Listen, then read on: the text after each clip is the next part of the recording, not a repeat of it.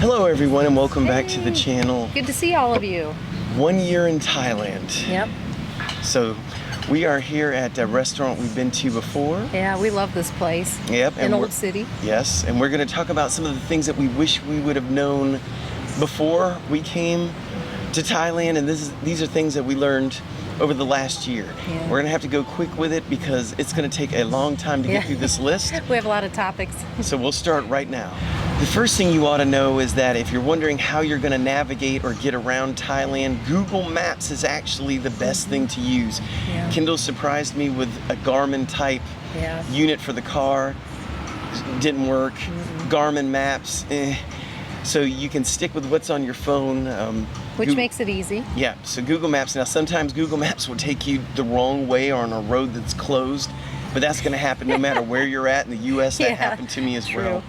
So anyway, just stick with Google Maps. Another thing that we didn't know before we came here is the value of cars, meaning used cars actually hold their value and they're pretty expensive. Yeah, for Thailand, I feel like used cars are pretty expensive. I mean, we looked at cars all the way from 2008 and even further back a little bit, and they're still kind of high prices. Kind of high, a little bit. So just get ready if you're planning on buying a car here in Thailand. The prices are a little bit more than you would expect. Yeah, it's not like you're going to get a car for $500 US dollars or anything. If you do, it won't run. Yeah. Another thing before you come to Thailand, make sure you know, especially if you're from the US, that they drive on the left-hand side of the road, not the right, and when you drive a car, it's switched. If you're in the US, it's now you drive on the right-hand side of the car. Yeah, the seat is on where it would be the passenger side in the US. That's actually the driver's side here. And just be expecting, if you are going to drive here, whether it's a motorcycle or a car, be prepared for anything. Yeah. Always be diligent. Be alert, looking everywhere. There will be a motorcycle right beside you and you may never even see it happening. There's an importance of having a motorcycle here. Having a motorcycle, scooter, you can get around things like Old City or this is in Chiang Mai, or in other places in Thailand that you can't get to in a car. Right. In Bangkok, it's hard to get parking places, but with a motorcycle, you're able to park places easier. I just can't imagine not having a motorcycle. It depends on where I go now. I know whether I'm going to take a car or a motorcycle because if I take the car, I may never get parking. Right. Another thing is restaurant parking. And we were talking about the importance of having a motorcycle scooter. A lot of restaurants don't have much parking. So I always kind of scope out the restaurant ahead of time, see what kind of parking they have. If it's very minimal or if it's an old city, we would take the scooter more than likely. Right. So restaurant parking is a premium and you may not find it. Yeah, in other words, nowadays I pick restaurants whether they have a parking lot or not. Yeah, for cars. Now, the restaurant we are at now has napkins, but one thing to know that a lot of restaurants in Thailand don't provide napkins. Or if they do, they're very thin and they don't really toilet paper. Yeah, and they don't really absorb anything. Nothing. So, in other words, make sure you keep some good napkins paper towels with you. or a hand towel. And on that note, toilet paper. Yeah. Some places have it, some places don't. They've got the little wonder wand that you spray your butt with.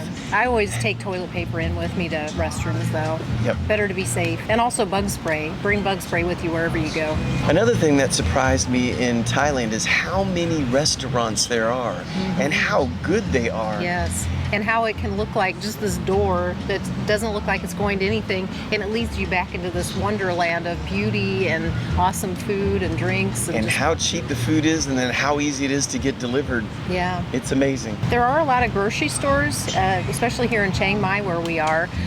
Some of them have Western food, easy to find Western food, like Rimping is one we go to a lot. Tops.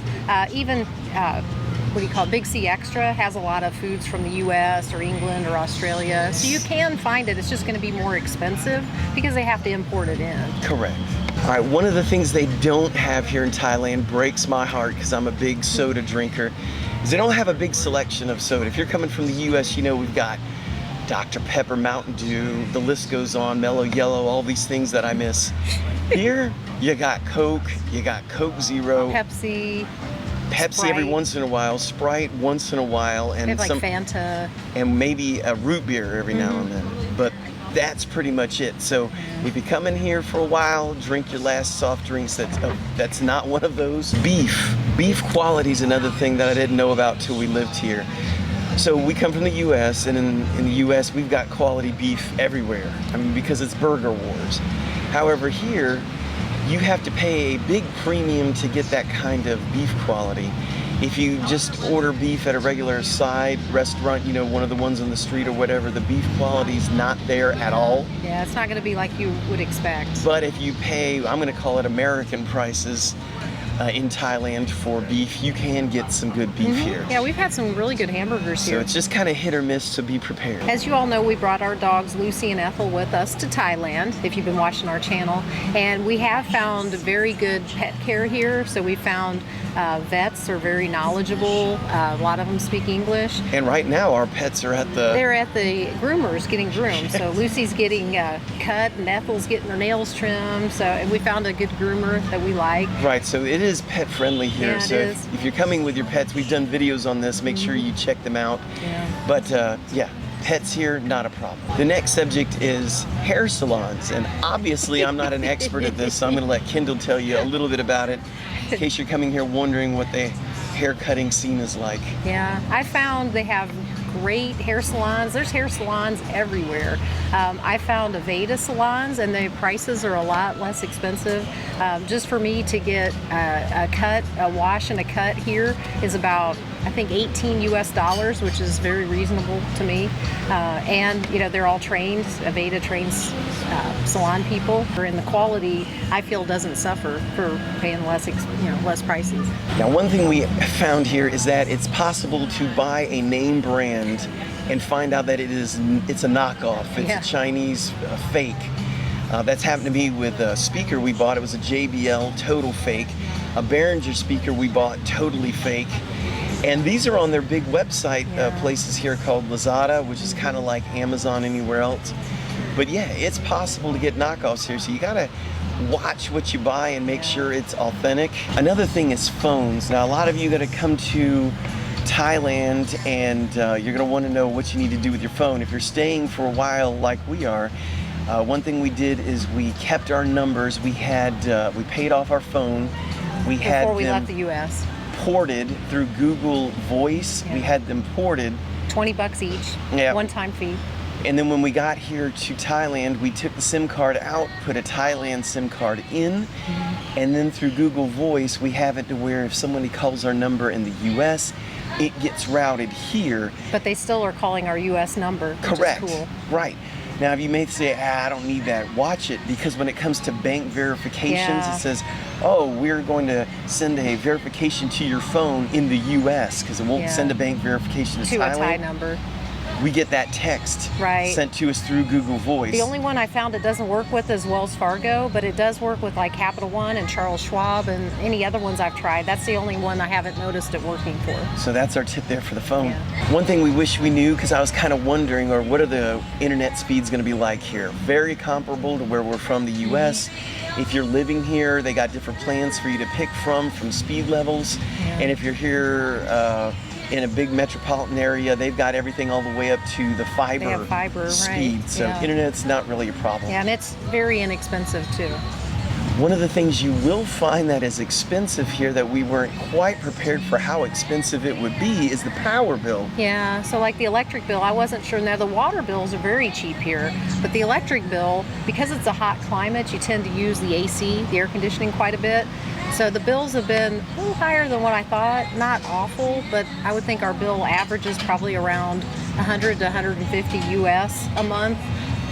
Could go a little lower on the cooler seasons, maybe a little bit more on the higher seasons, but that's about comparable to what we were paying in the U.S. And if you're wondering if you're here and you needed some dental work or you had a dental issue, or you need just your regular cleanings, they have wonderful facilities here at great prices. And a lot of their dentists have been trained in the Western countries like U.S. or England. And even on a teeth cleaning, almost said tooth cleaning, I have more than one tooth.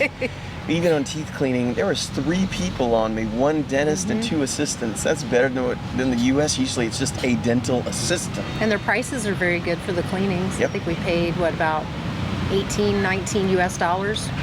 Now, if you're coming to Thailand and you want to work from home and do any computer work, I will tell you, you'll want to buy a battery backup. Yeah. Power does go off quite often. I think in the last 2 weeks, our powers went off 3 I times. think so. Not for long, maybe 15, 20 minutes. No, but if you're in still. the middle of something, now if you have a laptop, obviously you're good. But if you have a desktop, make sure you have a battery backup or it's going to drive you crazy every time the power goes off. Yeah. Now, I'm going to bring up bugs. It seems silly to bring up bugs, but what I wasn't prepared for is the size of some of these bugs. And when we first moved here, I think in the first 3 months, we had these gigantic scorpions about the size of my hand. Looked like they'd carry off a small baby. Coming right through where our house was.